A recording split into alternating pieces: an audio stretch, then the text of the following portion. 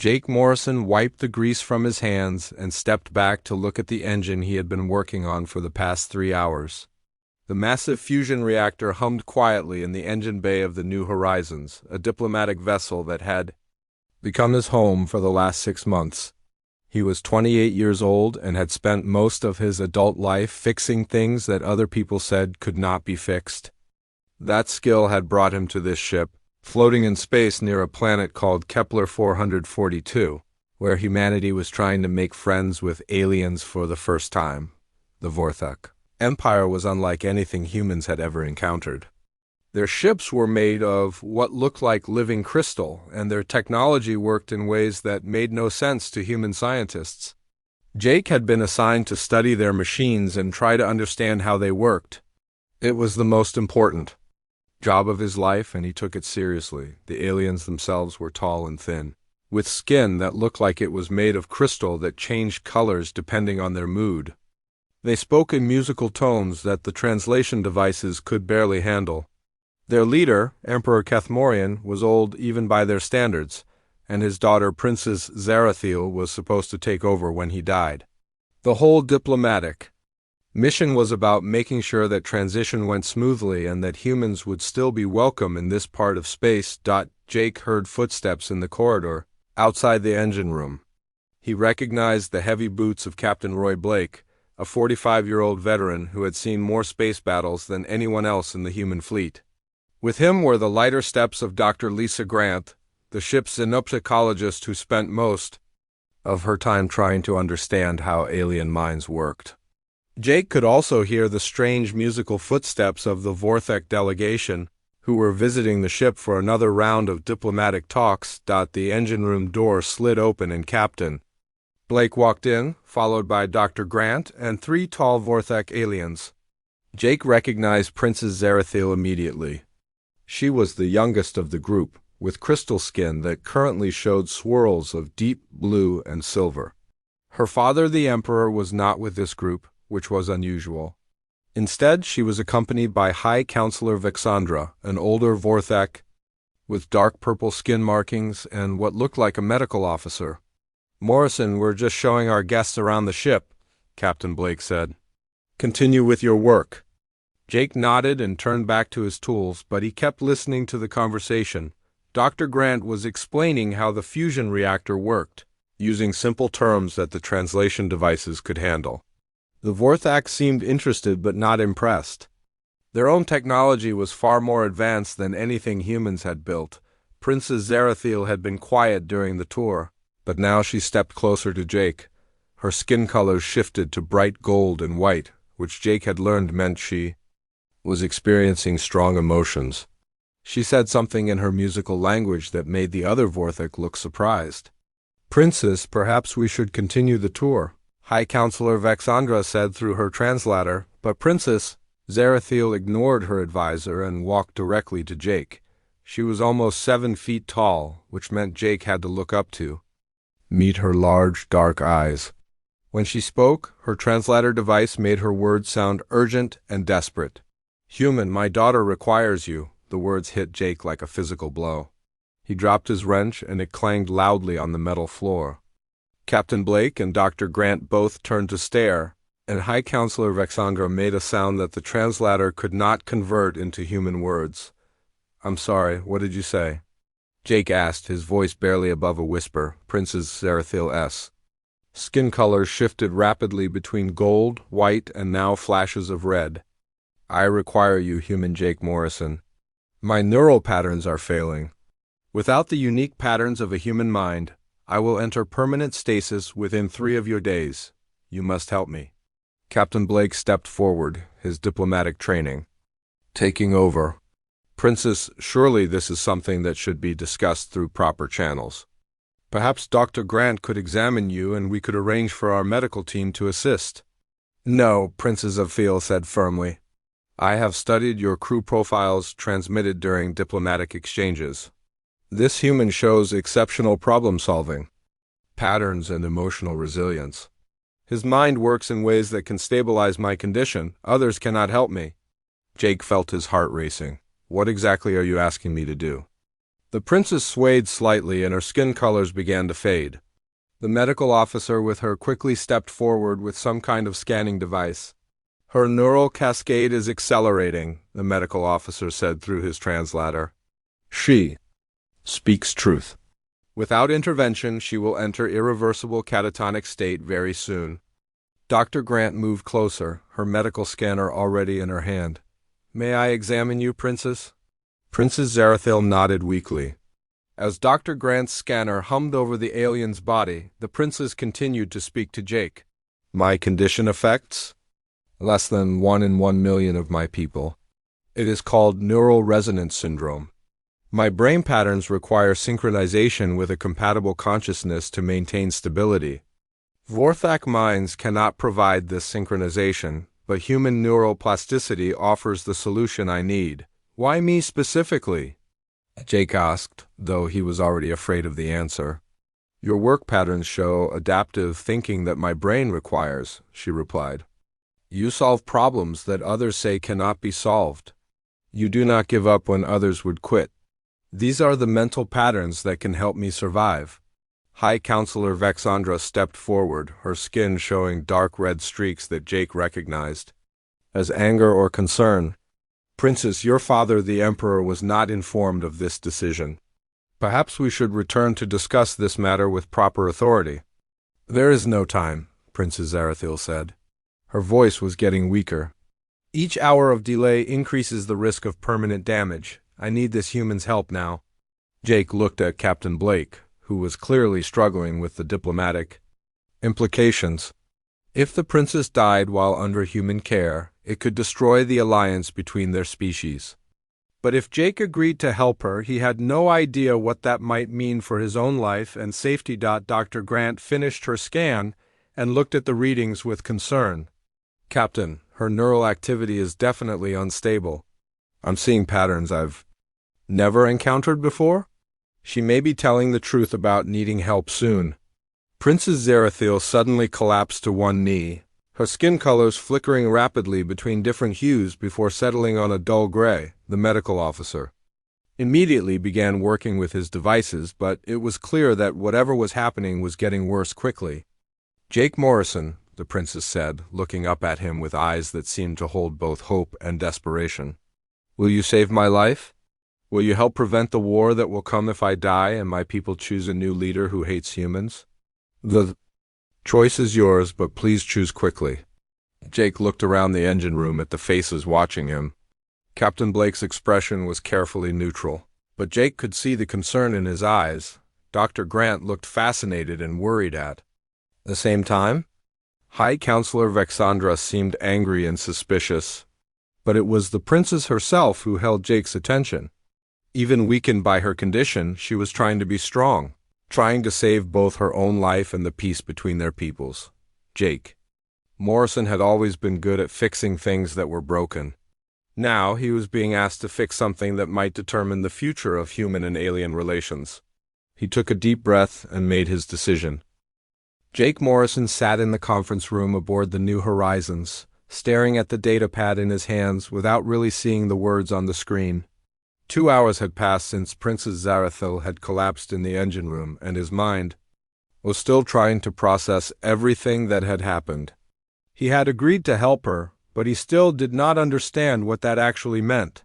Captain Blake paced back and forth near the large window that showed the stars outside. His gray hair was messy from running his hands through it, something he always did when he was thinking hard about a difficult problem. Dr. Grant sat across from Jake, her own datapad covered with medical readings and notes about Vorthak physiology. Tell me again what she wants me to do, Jake said. Dr. Grant looked up from her notes. From what I understand, neural resonance syndrome affects the Vorthak brain's ability to regulate its own neural activity. Think of it like a radio that cannot find the right frequency. The brain starts broadcasting on too many channels at once, and eventually it just shuts down to protect itself. And she thinks my brain can help her find the right frequency? Jake asked. That's what she claims, Captain Blake said, stopping his pacing to look at Jake. But we don't know enough about Vorthak physiology to understand if that's even possible, let alone safe for you. Jake stood up and walked to the window. Outside, he could see the Vorthik ships floating in formation around the human vessel. They were beautiful in a way that human ships could never be, looking more like living creatures than machines. Their crystal hulls caught the light from the nearby star and reflected it in patterns that seemed to shift and change as he watched. "What happens if I don't help her?" Jake asked as Dr. Grant cleared her throat.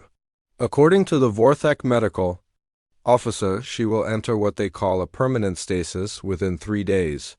Her brain activity will drop to almost nothing, and she will never wake up. For their species, this is effectively death. And if she dies?" Captain Blake came to stand beside Jake at the window. "That's where things get complicated. Princess Zarathil is the only heir to the Vorthik throne. Emperor Kethmorian is very old, and he has been preparing her to take over for years. If she dies, there will be a succession crisis." Jake turned away from the window. "What kind of crisis?" "The kind that could end our alliance before it really begins," Captain Blake said grimly.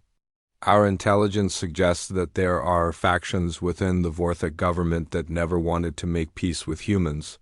They see us as primitive and dangerous. If the princess dies while under our care, they will have all the excuse they need to take control and declare war on us." The door to the conference room slid open and High Counselor Vexandra entered. The tall Vorthak moved with the fluid grace that all her people seemed to possess, but Jake could see tension in the way she held herself. Her skin showed dark blue, and purple patterns, which he had learned indicated serious concern or fear. "Captain Blake," she said through her translator device, "I must speak with you about the princess's condition." Captain Blake gestured to a chair, but Vexandra remained standing. "The princess has told you about her condition, but there are things she has not explained. Neural resonance syndrome is not just a medical condition among my people. It is considered by many to be a sign of mental evolution, a development of new brain capabilities that our species has never possessed before." Dr. Grant leaned forward. "What kind of new capabilities?"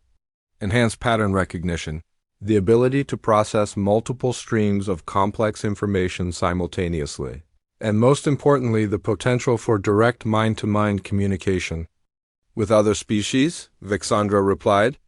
"The princess's brain is attempting to develop abilities that no Vorthak has ever had." Jake felt a chill run down his spine. "And that's why she needs a human mind to help her." "Vorthak neural patterns are too rigid," Vexandra explained. "We think in very structured ways. Human minds are more flexible, more creative. The princess believes that connecting with a human consciousness will provide the mental framework. Her brain needs to successfully develop these new abilities." Captain Blake crossed his arms. "You're talking about some kind of mental link between Jake and the princess?" "A neural bridge," Vexandra confirmed. "Temporary implants that would allow their minds to share thoughts and experiences. The process would need to continue for weeks, possibly months, until her brain learns to stabilize its new patterns." Jake sat back down heavily. "What would happen to me?" Vexandra's skin colors shifted to include streaks of red.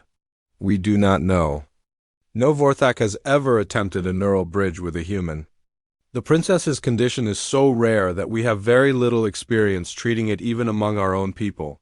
Dr. Grant stood up and began pacing. "This is extremely dangerous, Jake.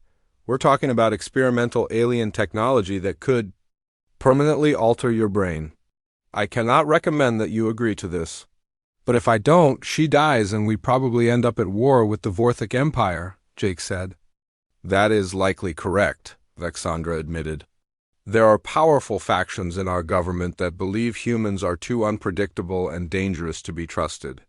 They have been looking for an excuse to end our alliance. The princess's death would give them exactly what they need." Captain Blake turned to look at Vexandra. "What's your position in all this, Counselor? Do you support the princes or these other factions?" Vexandra was quiet for a long moment. "I have served the royal family for over 200 years. My duty is to the crown, and Princess Zarathil is the rightful heir. However, I must also consider what is best for all Vorthak people. The princess's condition makes many of our leaders nervous. They fear that if she develops these new mental abilities, it could destabilize our entire society. How so? Dr. Grant asked. Our civilization is built on strict social hierarchies and traditional ways of thinking, Vexandra explained. If the princess can communicate directly with other species, if she can process information in ways that no Vorthak has ever been able to do, she might challenge the foundations of our culture. Some see this as evolution. Others see it as a threat to everything we have built. Jake looked at his hands. They were steady, but he could feel his heart beating fast. Has the princess talked to her father about this? Emperor Kethmorian is very ill, Vexandra said. His age has finally caught up with him, and he spends most of his time in medical stasis. He knows about his daughter's condition, but he may not fully understand the implications of what she is asking you to do. The room fell silent. Jake could hear the quiet hum of the ship's engines and the soft sounds of the life support systems. Outside the window, the Vorthak ships continued their graceful dance around the human vessel. I need to talk to her, Jake said finally. Jake, I strongly advise against this, Dr. Grant said. We need more time to study the medical data to understand what this neural bridge process would actually do to you. How much time? Jake asked. She said she has 3 days before her condition becomes permanent. How much of that time can we afford to spend on research? Captain Blake sighed. He's right, Lisa. We don't have the luxury of a long study period. Jake, if you're serious about this, we need to start making preparations now. Vexandra stepped forward. There is something else you should know. The princess specifically requested you, Jake Morrison, after studying profiles of your entire crew. She believes that your particular combination of technical knowledge and creative problem solving makes you the best candidate for success. Success meaning what exactly? Jake asked. Meaning that both of you survive the process and she develops stable control over her new abilities, Vexandra replied. In the best case scenario, the neural bridge would be temporary, lasting only long enough for her brain to learn the patterns it needs. Then the connection could be safely severed. And in the worst-case scenario? Dr. Grant asked. Vexandra's skin color shifted to deep purple. In the worst case, both minds could be permanently damaged or destroyed. Or they could become so intertwined that separation becomes impossible. Jake stood up and walked to the door. I need to see her. I need to hear all this from the princess herself before I make my final decision. As he reached for the door control, Captain Blake called after him. Jake, remember that whatever you decide affects more than just you and the princess. The future of human-Vorthak relations could depend on what happens in the next few days. Jake paused with his hand on the door control. I know, Captain. That's what makes this so difficult. Jake Morrison walked slowly down the corridor toward the medical bay where Princess Zarathil was being treated. His decision to help her had been made 3 hours ago, but now that the actual procedure was about to begin, he felt nervous in a way he had never experienced before. Dr. Grant walked beside him, carrying a datapad full of medical monitoring equipment specifications. The medical bay had been modified to accommodate both human and Vorthak physiology. Strange crystalline devices that the Vorthak had brought aboard sat next to familiar human medical scanners. The combination looked like something from a science fiction story, except this was real and Jake was about to become part of an experiment that had never been tried before. Princess Zarathil lay on a medical bed that had been adjusted to fit her tall frame. Her crystal skin was pale, showing only faint traces of the colors that usually indicated her emotional state. The Vorthak medical officer, who had introduced himself as Healer Mordith, worked with strange instruments that hummed with energy. Jake could not identify. How are you feeling, Princess? Jake asked as he approached her bed. She turned her head to look at him, and her skin showed the first bright colors he had seen since her collapse. Frightened, she admitted, but also hopeful. Thank you for agreeing to help me, Jake Morrison. Dr. Grant began setting up human monitoring equipment around Jake's assigned bed. Princess, can you explain to Jake exactly what will happen during the neural bridge procedure?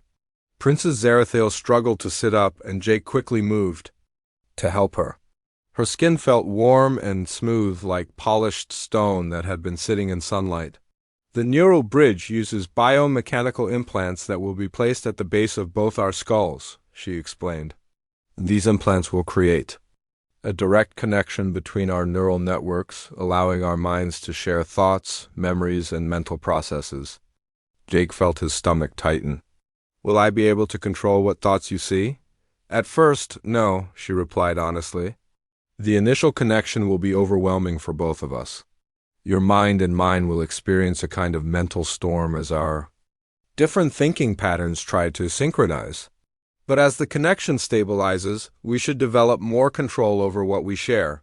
Healer Mordeth approached with a device that looked like a cross between a medical scanner and a piece of jewelry. Human Jake Morrison, this is the neural interface device. It is grown from living crystal that will adapt to your specific brain patterns. Once implanted, it cannot be removed until the process is complete. Jake took the device in his hands. It was warm and seemed to pulse with a faint inner light. How long will the process take? That depends on how quickly the princess's brain learns to stabilize its new patterns, Healer Mordeth replied.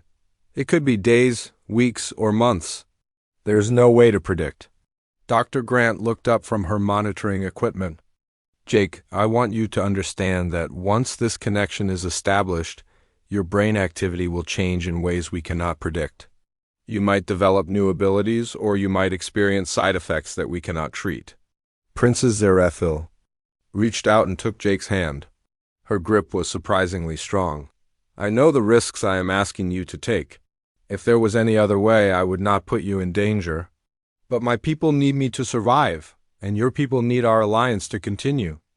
Jake looked into her large, dark eyes and saw something there that reminded him of his younger sister back on Earth, the same determination mixed with fear, the same hope for a future that seemed uncertain. Tell me about your life, he said. I want to understand who I'm helping. A small smile appeared on Princess Zerethil's face, and her skin showed gentle blue and gold patterns. I was raised in the Crystal Palace on our homeworld.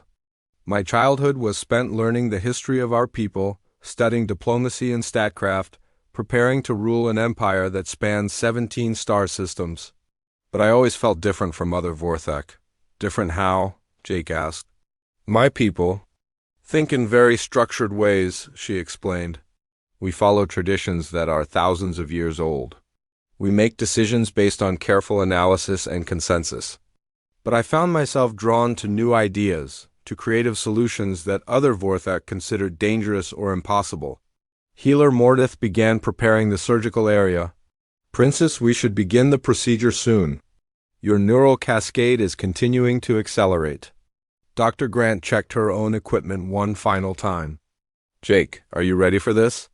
Jake lay down on his assigned bed and looked up at the ceiling. As ready as I can be for something that's never been done before. The implantation process was surprisingly quick. Jake felt a brief sharp pain at the base of his skull, then a strange tingling sensation as the crystal device bonded with his nervous system. Princess Zerethil underwent the same procedure, though her device was larger and more complex. Connection will be established in 30 seconds, Healer Mordeth announced. Prepare yourselves for mental contact. Jake closed his eyes and tried to relax, but nothing could have prepared him for what happened next. Suddenly, his mind was flooded with images, sounds, and emotions that were not his own. He saw towering crystal spires reaching toward purple skies, heard music that seemed to be made of light itself, and felt the weight of responsibility that came with being born to rule an entire civilization. At the same time, he sensed Princess Zerethil experiencing his own memories.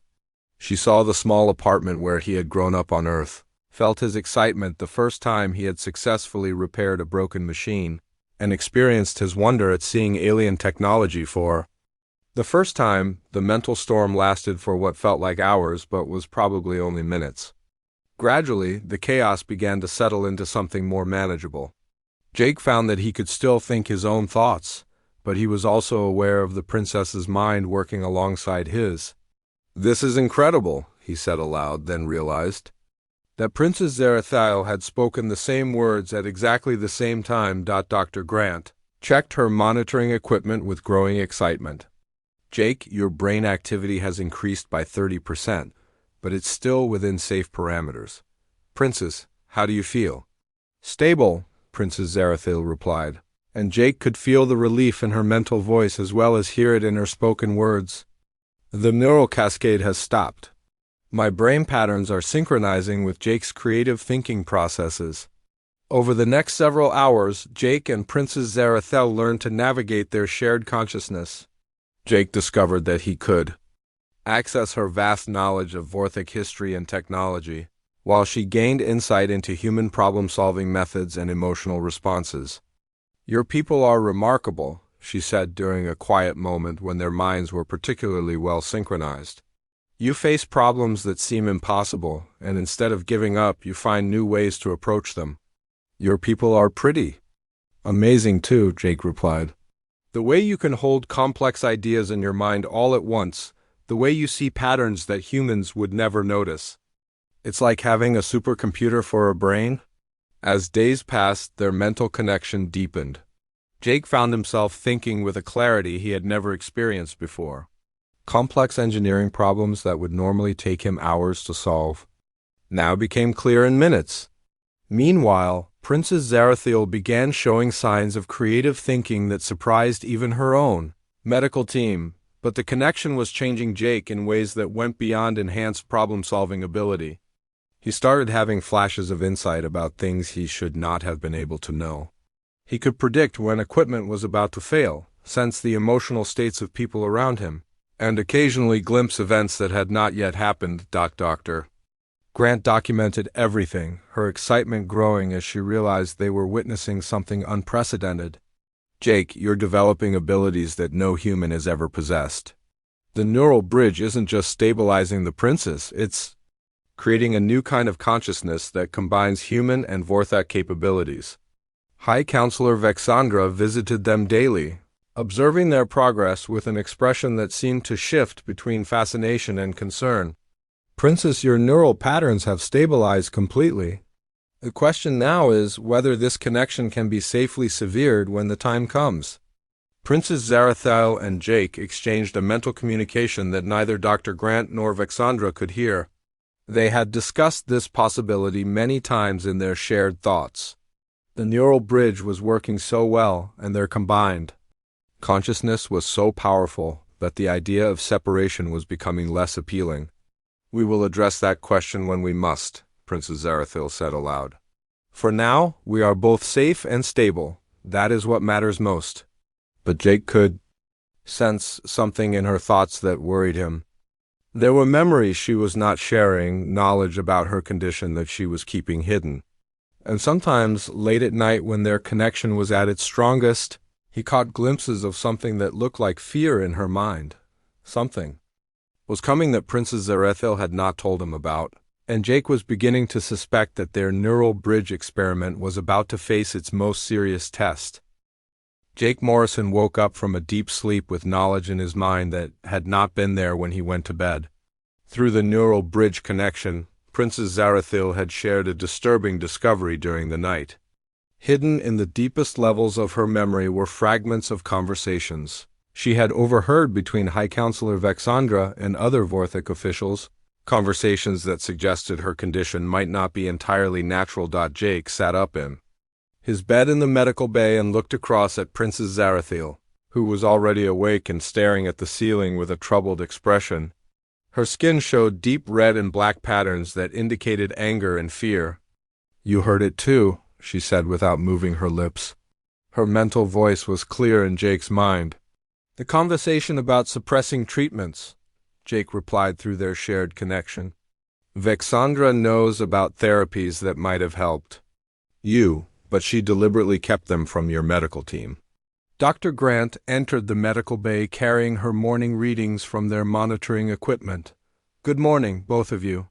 How are the neural patterns looking today? Jake and Princess Zarathiel exchanged a silent mental conversation about whether to share their discovery with Dr. Grant. They decided to wait until they had more information. We're stable, Princess Zarathiel said aloud.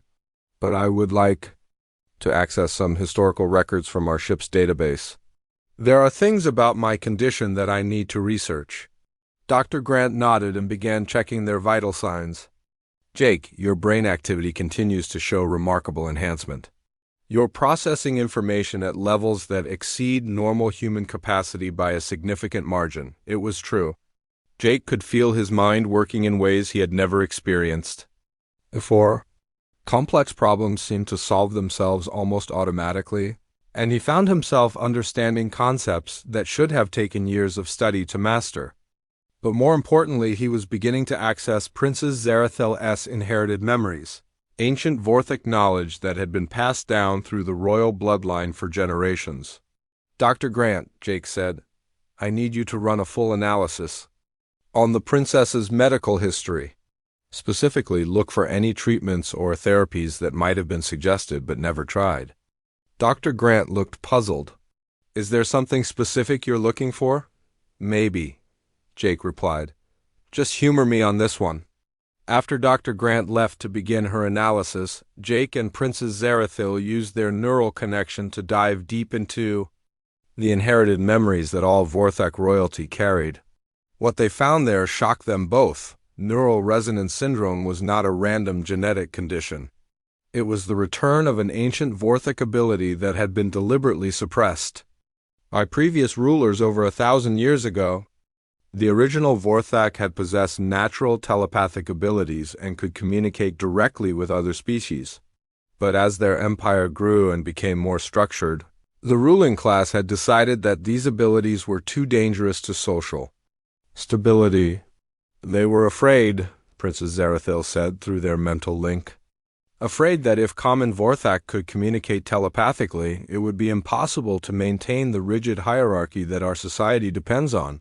Jake accessed more of her inherited memories and saw the historical records for himself. Ancient Vorthak had been explorers and communicators, working in partnership with dozens of other species across the galaxy.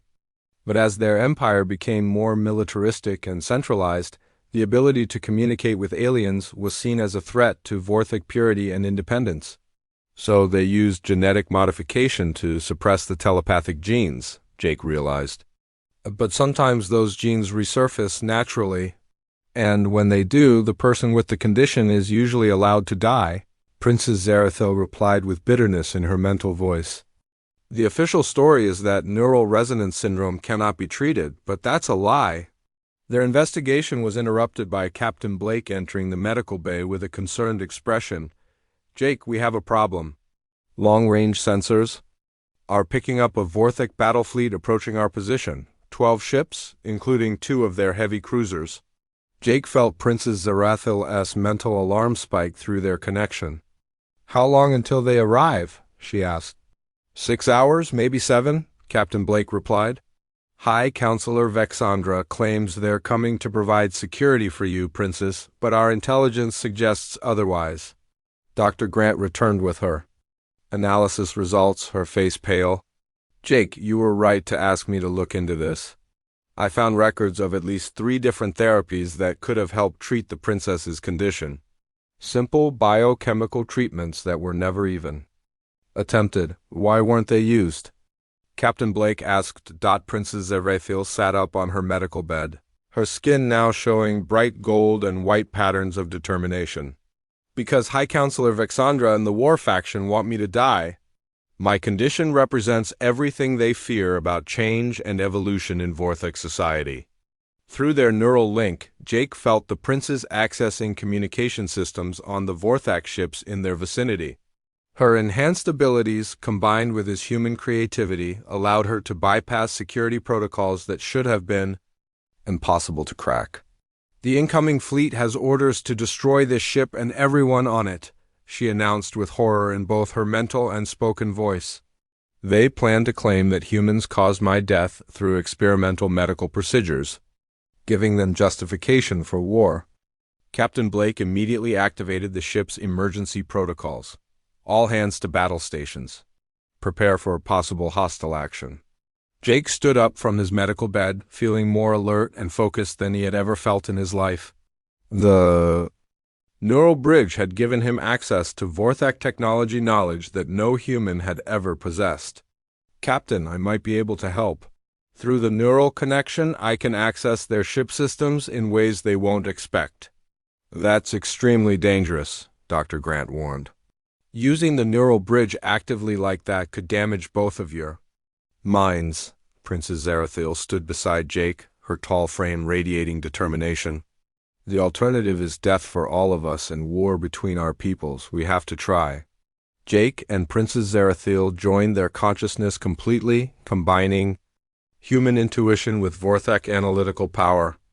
Together, they began to decode the hidden historical records that had been buried in the Vorthak archives for over a millennium. What they found was evidence of a systematic conspiracy to suppress not just individuals with neural resonance syndrome, but any Vorthak who showed signs of the ancient telepathic abilities.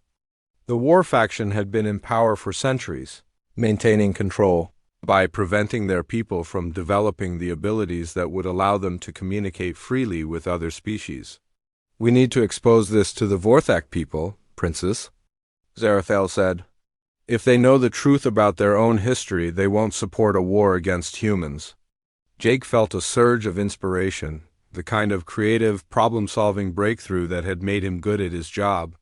We can use the neural bridge to broadcast directly to their communication networks. Your royal access codes combined with my knowledge of human transmission technology?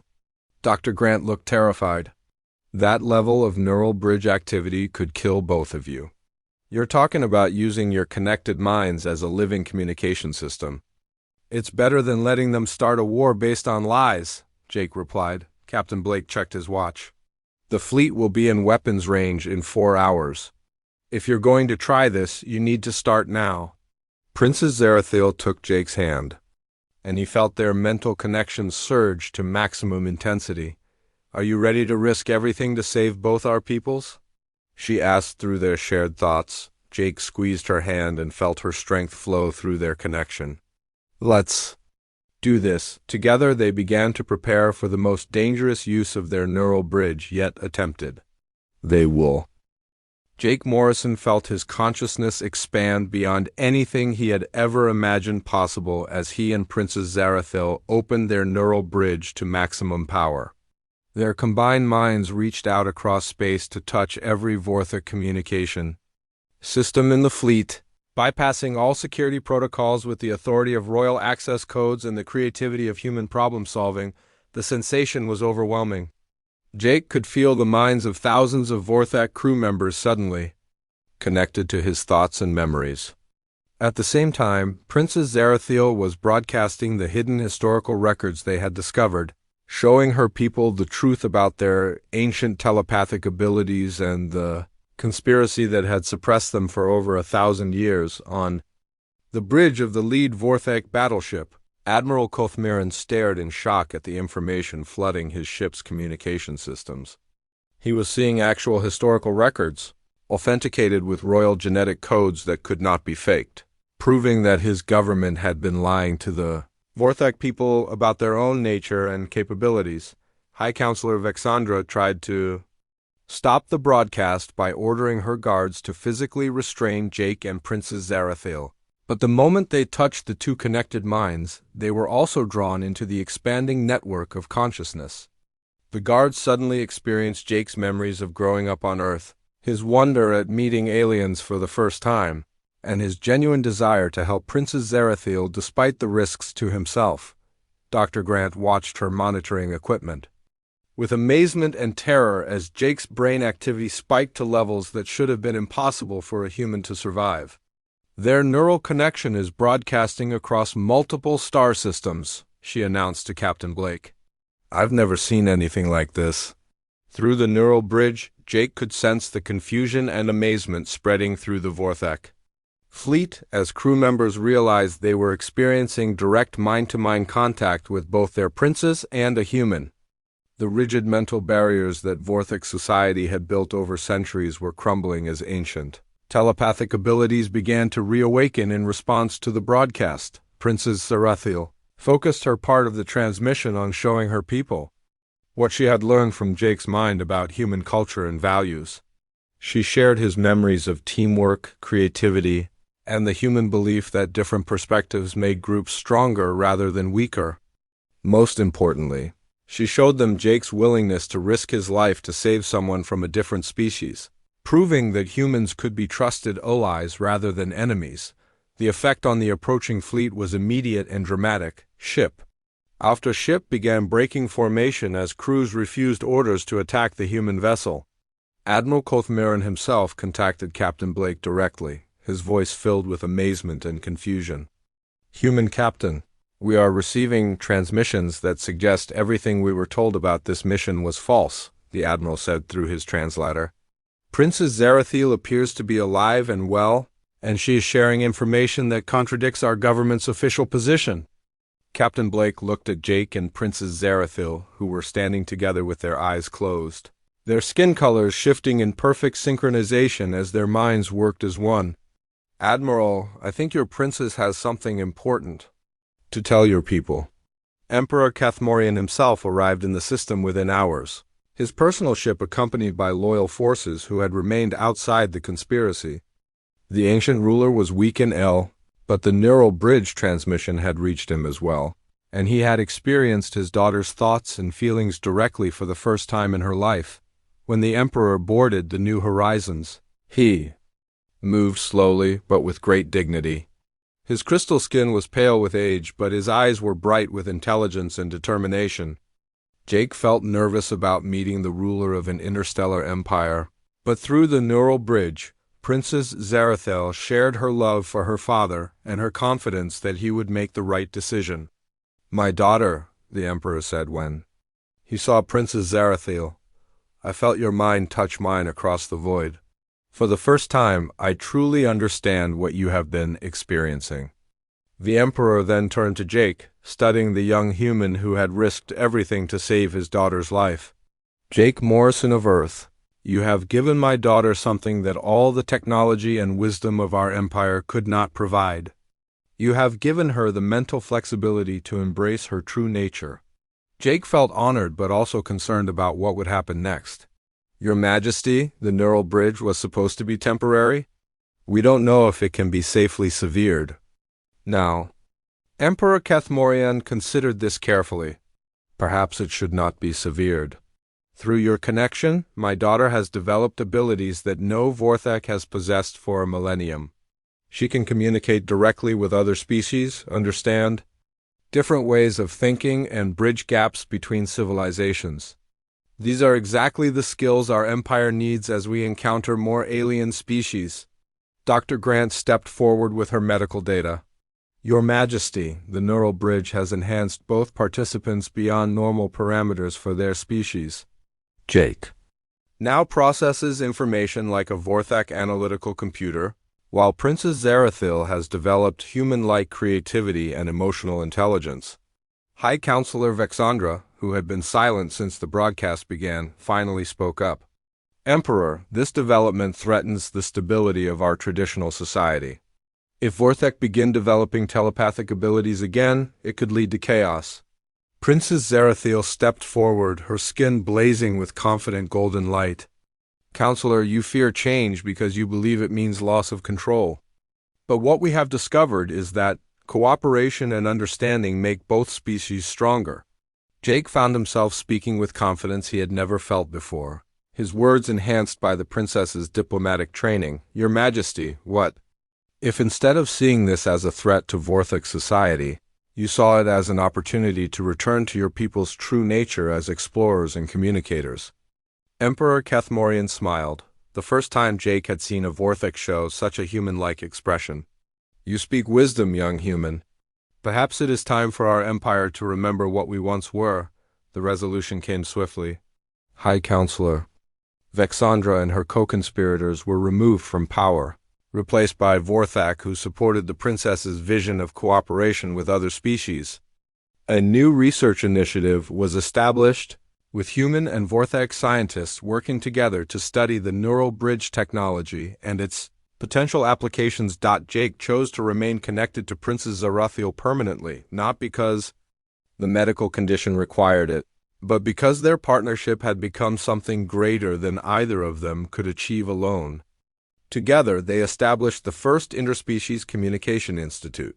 Dedicated to helping different alien species understand and work with each other, the final scene took place in the new research facility that had been built in orbit around the Vorthak homeworld.